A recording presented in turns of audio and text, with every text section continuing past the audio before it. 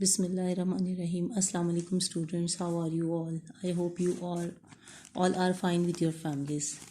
Last time I have explained about transpose, symmetric and skew symmetric matrices. I hope it would be clear to you.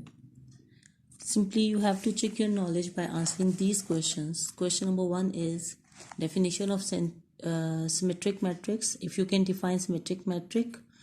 And the question 2 is what is the difference between symmetric and skewed symmetric matrix. अगर आपको याद हो कल मैंने आपको बहुत detail में transpose symmetric and skew symmetric matrix का डिफरेंस बताया था.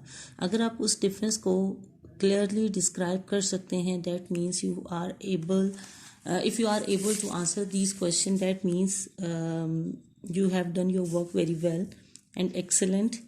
Otherwise listen the previous lesson again. Now start today's lesson. Our today's lesson is about addition of matrix. Addition simple word है, addition and subtraction of matrices. Addition क्या है? आपको पता है कि हम जब दो चीज़ों को आपस में ऐड करते हैं, जमा करते हैं, इंक्लूड करते हैं या सम अप करते हैं तो that is simply called addition. Simple example is 2 में 2 ऐड करें that becomes 4, that is addition. 4 में से 2 माइनस करें, सब्ट्रैक्ट करें तो आपके पास आंसर 2 आता है. that is basically subtraction जो आप बहुत छोटे ग्रेड्स में पढ़ते आए हैं और अभी तक आप कॉन्टीन्यूटी में हैं. लेकिन जब हम मैट्रिसेस की बात करते हैं तो मैट्रिसेस में एडिशन एंड सब्ट्रैक्शन का कॉन्सेप्ट ऑलमोस्ट वही है. आपने ऐड करना है, सब्ट्रैक्ट करना है, but the method is different. What is the method? देखिए अभी तक जितने भी हम लोगों ने क्वेश्चंस किए हैं उन सब के लिए मैंने आपको कोई ना कोई रूल्स, कोई ना कोई मेथड या कोई ना कोई फॉर्मूला दिया है. जब हम एडिशन और सब्ट्रैक्शन ऑफ मैट्रिसेस की बात करते हैं तो उसमें आपके पास सिंपल सा मेथड ये है, हम एक वर्ड यूज़ करते हैं दैट इज़ कंफर्टेबल. जब हम आगे मल्टीप्लिकेशन करेंगे उसके लिए भी, अगर हम एडिशन कर रहे हैं उसके लिए भी, अगर हम सब्ट्रैक्शन कर रहे हैं उसके लिए भी, जो पहली चीज़ आपको चेक करनी है that is the comfortable of to matrices for being add और बीइंग सब्ट्रैक्ट. मींस कि आपके पास जो दो मैट्रिक्स हैं क्या वो आपस में कंफर्टेबल हैं एडिशन के लिए या नहीं है, क्या वो आपस में सब्ट्रैक्शन के लिए कंफर्टेबल हैं या नहीं हैं. हमें कैसे पता चलेगा कि दो मैट्रिसेस जो हैं वो आपस में ऐड हो सकते हैं. मैं रिपीट कर रही हूँ अपनी बात को कि अगर दो मैट्रिसेस आपस में ऐड हो सकते हैं तो उसके लिए हम वर्ड कंफर्टेबल यूज़ करेंगे. Means two matrices are comfortable for addition और two matrices are not comfortable for addition. इसी तरह से two matrices are comfortable for subtraction और two matrices are not comfortable for subtraction. अगर हम बुक पे जाएं, बुक में जो इसकी डेफिनेशन दी है उसको देख लें. Two matrices A and B are said to be comfortable for addition. यानी कोई से दो मैट्रिसेस आपके, सपोज फर्स्ट मैट्रिक्स जो है वो A है and the second is B, वो कंफर्टेबल है एडिशन के लिए. कब? If both are of the same order. अगर दोनों का ऑर्डर सेम होगा, मींस कि आपके पास जो कोई दो मैट्रिसेस दिए हैं अगर उनका ऑर्डर सेम होगा तो हम ये कह सकते हैं कि ये दोनों कंफर्टेबल हैं एडिशन. सेम वे सब्ट्रैक्शन के लिए it is denoted by A plus B, और अगर हम सब्ट्रैक्शन की बात करेंगे तो A minus B. The resulting matrix is obtain by adding corresponding element of A and B. यहाँ पे एक और चीज़ ध्यान में रखिएगा कि जो रिजल्टिंग मैट्रिक्स मींस जो आपका आंसर आएगा वो कहाँ से आएगा, आप जब ऐड करेंगे कॉरेस्पॉन्डिंग एलिमेंट्स को. अगर आपको याद हो इस चैप्टर के स्टार्ट में आपको मैंने कॉरेस्पॉन्डिंग एलिमेंट्स के बारे में बताया था, आज फिर बता दूंगी. लेकिन कॉरेस्पॉन्डिंग एलिमेंट्स को हम ऐड करते हैं A एंड B के. किस तरह से वो आपको बताने से पहले आपको यहाँ पे मैंने कुछ एग्जांपल्स लिखी हैं, आप इनको चेक करें. आप और मुझे ये बात बताएं कि कौन कौन से दो मैट्रिसेस जो हैं वो आपस में कंफर्टेबल हैं एडिशन के लिए. देखिए सेट हमारे पास जो मैट्रिक्स A है, मैट्रिक्स A का ऑर्डर क्या बन रहा है आपके पास, दैट इज़ 2/2, क्योंकि हमारे पास 2 रोज हैं और 2 ही कॉलम्स हैं. इसका अगर मैं ऑर्डर लिखूं तो इसका ऑर्डर हमारे पास आएगा दैट इज़ 2/2. जो मैट्रिक्स B है इसका ऑर्डर भी हमारे पास 2/2 है.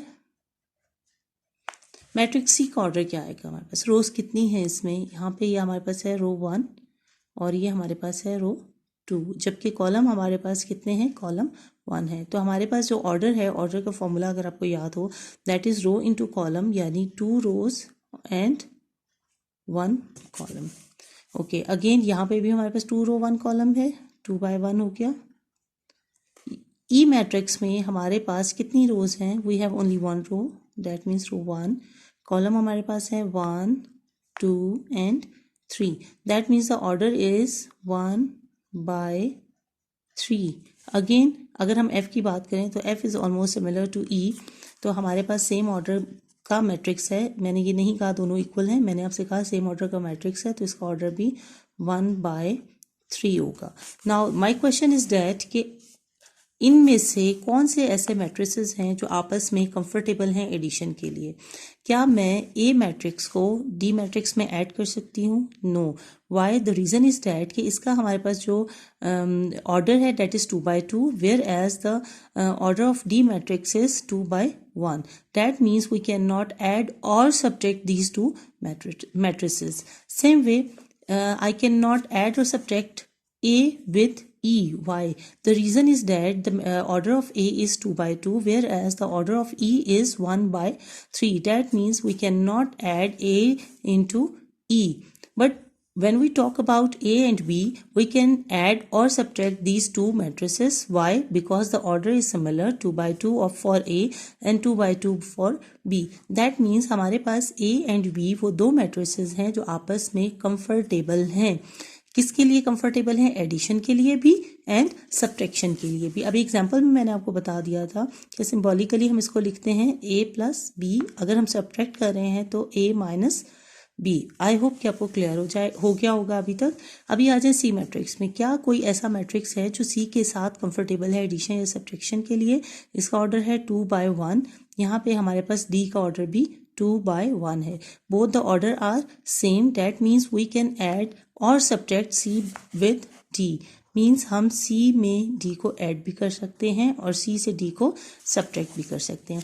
इसी तरीके से ई और एफ को देख लें, दोनों का ऑर्डर सेम है, 1 by 3 1 by 3। That means E and F are comfortable for addition as well as for subtraction. सबसे पहली चीज़ क्वेश्चन को सॉल्व करने से पहले जो आपने चेक करनी है वो उनकी कंफर्टेबिलिटी चेक करनी है कि क्या दो मैट्रिसेस जिनको आप ऐड करने वाले हैं या जिनको आप सब्ट्रैक्ट करने वाले हैं वो आपस में एडिशन या सब्ट्रैक्शन के लिए कंफर्टेबल हैं भी या नहीं है।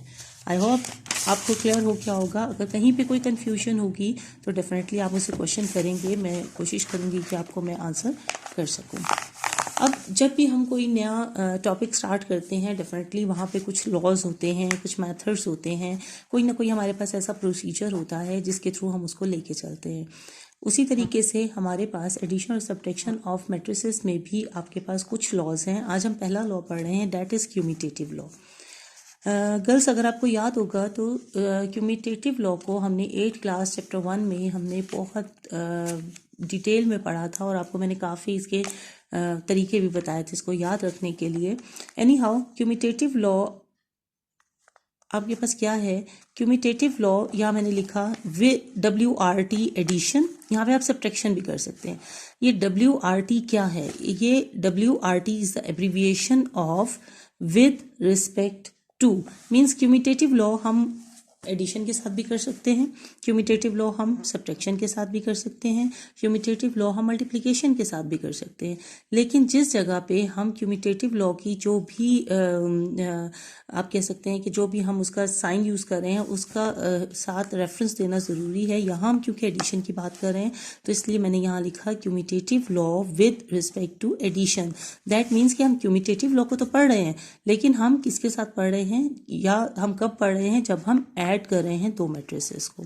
क्यूमिटेटिव लॉ में बेसिकली आपके पास दो एलिमेंट्स या दो आप कह सकते हैं कि दो मैट्रिसेस होते हैं और उनका रूल आपके पास क्या होता है कि अगर हम पहले मैट्रिक्स में दूसरा मैट्रिक्स ऐड करते हैं तो जो आंसर आए, जो भी आंसर आए, वो आंसर अगर हम इनको इंटरचेंज कर देते हैं यानी दूसरा मैट्रिक्स पहले लिखते हैं और पहला मैट्रिक्स बाद में लिखते हैं, जो आंसर इसका आएगा वो the answers must be equal. That is the law of commutative और विद रिस्पेक्ट टू एडिशन। अब एक और मसला हल हुआ, हमने थोड़ा सा कम्यूटेटिव लॉ के बारे में पढ़ा, लेकिन एक प्रॉब्लम अभी तक हमारे पास मौजूद है कि हम एडिशन करेंगे कैसे, हम ऐड दो मैट्रिसेस को करेंगे कैसे। अभी जब मैंने आपको मैट्रिसेस की डेफिनेशन करवाई थी तो मैंने आपको कहा कि हम इसको जब फाइंड करेंगे या हम जब रिजल्टिंग मैट्रिसेस को हम ऑब्टेन करेंगे तो हम कॉरेस्पॉन्डिंग एलिमेंट्स को आपस में ऐड या सब्ट्रैक्ट करेंगे। अगर एडिशन करें तो ऐड करेंगे, सब्ट्रैक्ट करेंगे अगर हम माइनस करेंगे अगर हम सब्ट्रैक्ट करें। अब इसमें कॉरेस्पॉन्डिंग एलिमेंट्स कौन से हैं? जब हमने इक्वल मैट्रिसेस किया था तो मैंने आपको कॉरेस्पॉन्डिंग एलिमेंट्स के बारे में बताया था। ये आपका फर्स्ट एलिमेंट है, ये हमारा क्या है, कॉलम 1 और रो 1 का फर्स्ट एलिमेंट है। यहाँ पे ये कॉलम 1 और ये रो 1 का फर्स्ट एलिमेंट है। दैट मीन्स जब हम इसको ऐड करेंगे we must add 3 with 3। Girls यहाँ पे एक चीज़ ध्यान में रखिएगा, एक तो ये आपने लाजमी लिखना है a plus B that is equal to, इस स्टेप को आपने बिल्कुल स्किप नहीं करना, आप डायरेक्ट इसका आंसर कैलकुलेट नहीं करेंगे, आप प्रॉपर उसके मेथड से जाएंगे। यहाँ आप लिखेंगे 3 फर्स्ट एलिमेंट प्लस 3 यहाँ सेकेंड मैट्रिक्स का सेकेंड एलिमेंट। ठीक है, यहाँ मैंने शो कर दिया हम कर क्या रहे हैं, हम a प्लस बी कर रहे हैं। Now come to the first row and second column, first row and second column, the second element is 2 plus that is 6। I hope कि आपको समझ आ रहा होगा। नाउ रो टू कॉलम 1 का रो 2 हमारे पास है 7 प्लस यहाँ हमारे पास रो 2 है दैट इज -1। अब देखें ये बात भी आपको मैं बहुत दफ़ा समझा चुकी हूँ कि जब हमारे पास दो साइन एक साथ आते हैं तो हम कोशिश करते हैं कि सेकंड साइन को हम ब्रैकेट में लिखें। इसका मतलब कोई ऐसा सच वो नहीं है कि आप नहीं लिखेंगे तो भी ये होगा वो होगा, आप इसको सिर्फ हम इसको थोड़ा सा डिफ्रेंशिएट करने के लिए, अलग करने के लिए एक दूसरे से, या हम प्रोमिनेंट करने के लिए कि यहाँ पे हमारे पास दो साइन एक साथ हैं, हम इसको सेपरेट करते हैं। Last one is 1 plus 4, this is 1 and this is 4। I hope कि आपको क्लियर हो गया होगा। अब सिंपल हम इसको ऐड करेंगे, 3 plus 3 becomes 6, 7 minus 1 definitely plus -1, अगर आप चाहें तो एक स्टेप और कर सकते हैं, 7 प्लस -1 अगले यहाँ पे इस जगह पे, और 7 में से 1 माइनस किया दैट इज ऑल्सो 6, और यहाँ 6 7 8 और यहाँ आपके पास आ जाएगा 4 और 1 5, that is your answer. I hope कि आपको एडिशन समझ आ गया होगा। अगर अब यहाँ हमने क्या फाइंड किया था, a प्लस बी। अगर मैं b प्लस ए करके, जो मैंने आपको अभी क्यूमिटेटिव लॉ के बारे में बताया, अगर हम उसको प्रूफ करना चाहें तो हम क्या करेंगे, सबसे पहले b की वैल्यू मैट्रिसेस की वैल्यू लिखेंगे, 3 6 -1 4, अगेन प्लस साइन, आपके पास ए मैट्रिक्स है 3 2 7 1। नेक्स्ट स्टेप में, अच्छा कोशिश कीजिएगा ये स्टेप भी आप करें, यहाँ पे मैंने स्किप किया है इसको, यहाँ पे इसको लाजमी कर लीजिए, बेहतर है। 3 2 7 1 प्लस 3 6 -1 एंड 4। ठीक है, अब उसी तरीके से पहला एलिमेंट 3, वहाँ से भी पहला 3, यहाँ पहला 6, वहाँ से पहला सेकंड 6 और सेकंड 2, देन -1 प्लस 7। अब यहाँ देखें दोनों साइन चेंज हो गए तो देयर इज़ नो नीड कि आप वहाँ पे ब्रैकेट यूज़ करें। 4 प्लस 1, अगर मैं इसका आंसर कैलकुलेट करूँ तो answer is 6 6 8 and last one is 5, that is your answer. अब ये हमारा आंसर, अगर हम क्यूमिटेटिव लॉ की बात करते हैं, that is our right hand side, that is our left hand side. तो यहाँ हमारे पास ये लेफ्ट हैंड साइड का आंसर था, first answer, and this is the answer for right hand side, the second answer. Both the answers are same, 6 6 8 and 5। That means so proved that a plus b is equal to b plus a। I hope कि आपको ये समझ आ गया होगा अच्छे तरीके से। आपने अब करना क्या है कि आपने ये एक एग्जाम्पल करनी है इसकी, पेज नंबर 15 पे है, ये एग्जाम्पल करेंगे आप 1.19। और उसके अलावा आप जब इसकी एक्सरसाइज पे जाएंगे तो यहाँ से आप सिर्फ वो क्वेश्चंस उठाएंगे जो आप इजीली कर सकते हैं। क्वेश्चन नंबर 1 कर लीजिए, हो जाएगा। उसके बाद question number 5 and question number 6 अगर आप कर सके। बिल्कुल सिंपल है, हमने जहाँ जहाँ यहाँ पे प्लस का साइन यूज़ किया है वहाँ वहाँ माइनस का साइन यूज़ करेंगे। ट्राई कीजिएगा, नहीं हुआ तो मैं आपको डेफिनेटली कल के लेसन में समझा दूंगी। और बाकी आपका क्वेश्चन नंबर 2 है, क्वेश्चन नंबर 3 है, क्वेश्चन नंबर 4 है, इसको आप बेशक छोड़ दें, इसका मेथड कल मैं आपको दूंगी और फिर उस मेथड को फॉलो करते हुए आप इन क्वेश्चन को सॉल्व करने की कोशिश करेंगे। अपना ख्याल रखिएगा, अल्लाह हाफ़िज़।